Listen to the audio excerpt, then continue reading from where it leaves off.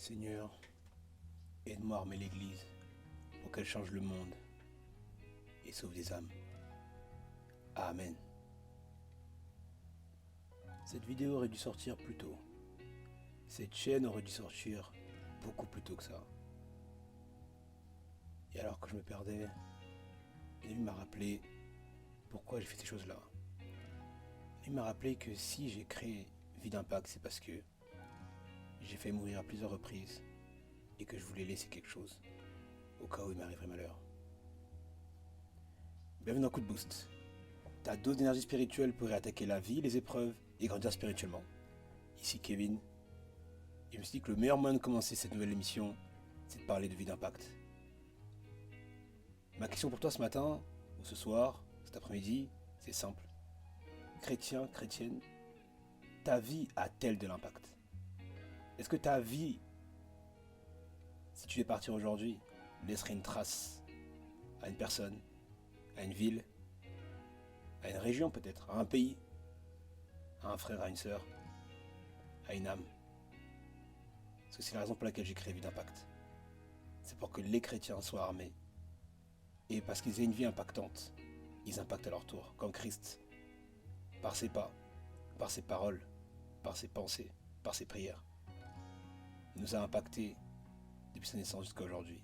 M'a impacté. Je ne sais pas dans quel état tu es quand tu écoutes ces sons, mais sache que la raison pour laquelle je suis là devant ce micro devant toi, c'est parce qu'au moment où je pensais avoir de l'impact, au moment où je pensais que ce que je faisais avec Vie d'Impact c'était bon, j'ai une sœur qui m'a contacté et qui m'a rappelé pourquoi je faisais Vie d'Impact. La raison est bête et elle se reconnaîtra peut-être. Elle m'a écrit parce que un homme qui pensait être chrétien, un homme qui pensait suivre les valeurs de Dieu, tout simplement s'est joué d'elle, comme un homme du monde. Et quand je l'ai encouragé, j'ai senti que le Saint-Esprit me disait, ce que tu lui dis à elle, il faudrait que d'autres femmes l'entendent. Et on en parlera. Mais aujourd'hui, on va faire un bilan. Aujourd'hui, on va voir ensemble pourquoi j'ai créé Vie d'Impact. C'est quoi Vie d'Impact? Où est-ce qu'on veut aller avec Vie d'Impact? Est-ce qu'on a atteint nos objectifs? Et surtout, où est-ce que j'ai envie qu'on aille tous ensemble pour qu'on ait tous, nous les chrétiens, et toi qui m'écoutes qui n'est pas chrétien, une vie impactante. Première question, pourquoi j'ai créé Vie d'Impact? En vrai, c'est purement égoïste. C'est purement égoïste, mais vraiment, j'ai une belle vie. Franchement, j'ai une belle vie, j'ai une très belle vie même, soit spirituellement, physiquement, tout ce que tu veux. Mais il y a peu, j'ai failli mourir. Et ça se trouve, tu n'aurais jamais entendu ma voix. Et celui qui m'a sauvé, c'est Dieu. Et je ne parle pas d'une mort spirituelle. Non, non, non. J'ai failli mourir parce que ma propre vie était en train de me consumer. C'est simple, je travaille tellement. J'ai travaillé tellement à cette époque-là que ma voiture a failli faire une sortie de route. Et ce qui m'a sauvé, c'est, oui, il y a une barrière, certes. Mais surtout, à chaque fois que j'allais taper contre un obstacle, un truc comme ça, c'était fou. C'est comme s'il y avait quelque chose de surnaturel qui venait et qui juste m'empêchait de faire une sortie de route. Et je suis rentré chez moi. Et avant de rentrer chez moi, dans cette voiture, je me suis assis un instant et je me suis dit, mais ici j'étais mort ce jour-là. Et donc la première raison pour laquelle j'ai créé Vie d'Impact, c'est simple. C'est parce que je veux que si je meurs, s'il m'arrive quelque chose dans les prochaines heures, les prochaines minutes, ou même quand je sois enlevé, une personne, même une âme, puisse entendre ce que j'ai à dire à travers cette vidéo et puisse se dire, ouah, je suis impacté. J'aimerais que, avant de partir, je puisse léguer tout ce que Dieu m'a donné comme clé. Ça, c'est la deuxième raison pour laquelle je veux créer Vie d'Impact. J'ai voulu créer Vie d'Impact, c'est ça. C'est que Dieu m'a donné une vie impactante. J'impacte dans différentes dimensions. J'impacte à différents niveaux.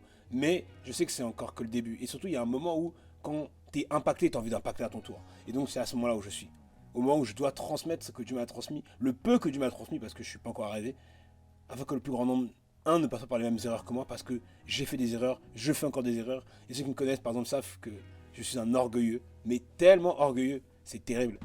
Savent aussi que je suis une tête de mule, savent aussi que je n'écoute personne si ce n'est mon pasteur et le Saint-Esprit, ainsi que mes parents. Mais voilà, on apprend tous.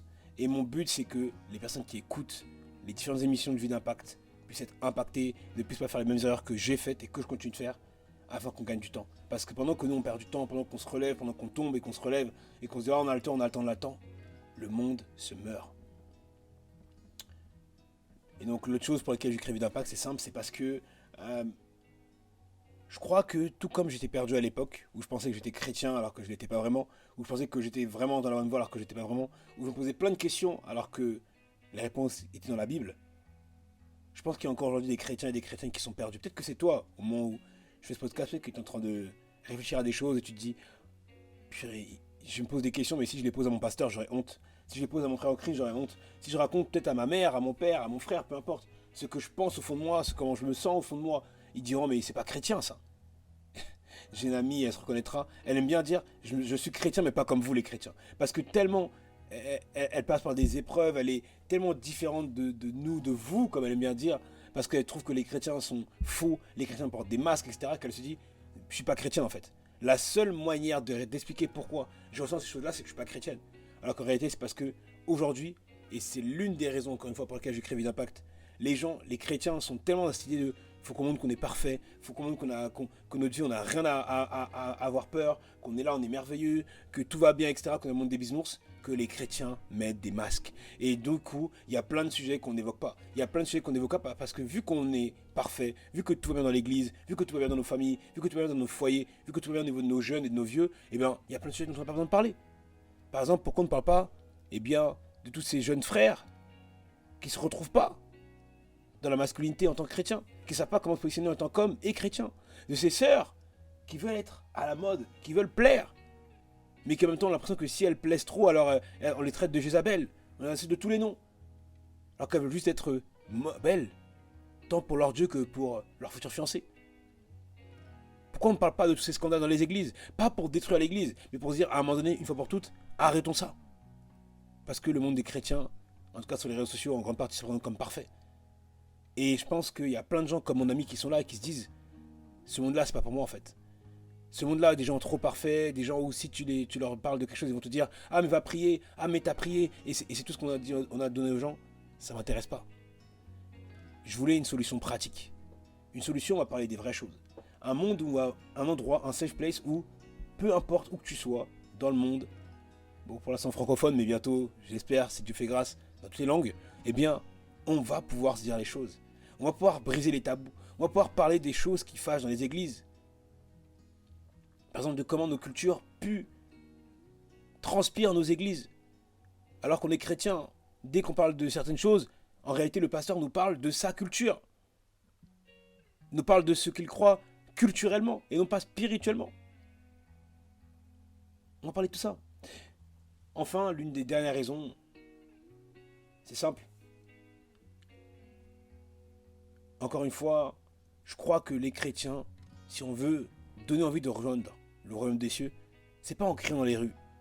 C'est pas en rappelant aux gens que Jésus revient bientôt. Oui, ça marche. Mais on peut aussi avoir une vie inspirante, impactante. Et j'aime rappeler que Christ, s'il a attiré ces gens-là à lui, c'est parce que, tout simplement, quand il marchait, quand il vivait, quand il parlait, on avait envie de le suivre en fait. Et donc je repose ma question encore une fois. Chrétien, chrétienne, as-tu une vie impactante? As-tu une vie que j'ai envie de suivre? Si ce n'est pas le cas, pose-toi la question. Quand est-ce que je vais avoir cette vie-là qui donnera envie aux païens, à tes voisins de te suivre? Enfin, la dernière raison, c'est parce que je suis frustré. Frustré de voir tous ces chrétiens qui sont obligés de jouer avec les règles du monde.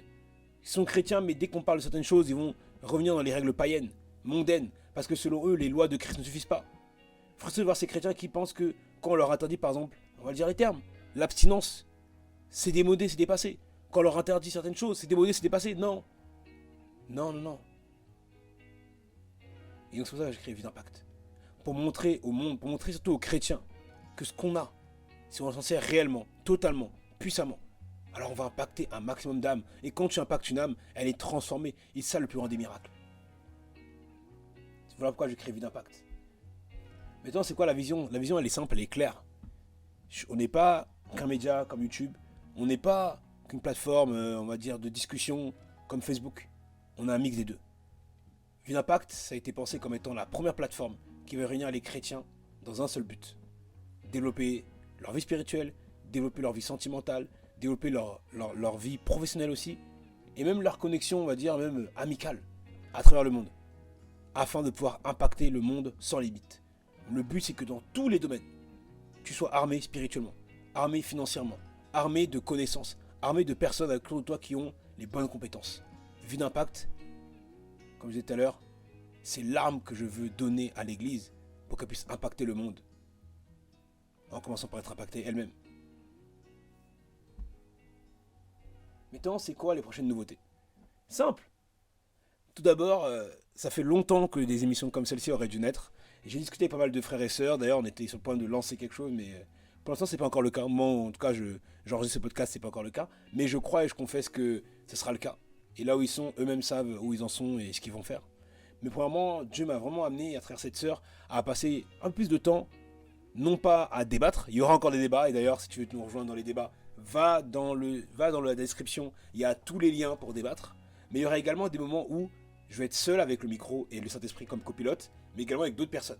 Par exemple, je connais des psychologues chrétiens, je connais des entrepreneurs chrétiens. Moi-même, je suis entrepreneur chrétien et j'ai vu dans ma vie comment, lorsque tu appliques les fondamentaux spirituels dans le monde séculier, dans le monde financier, il se passe des choses extraordinaires.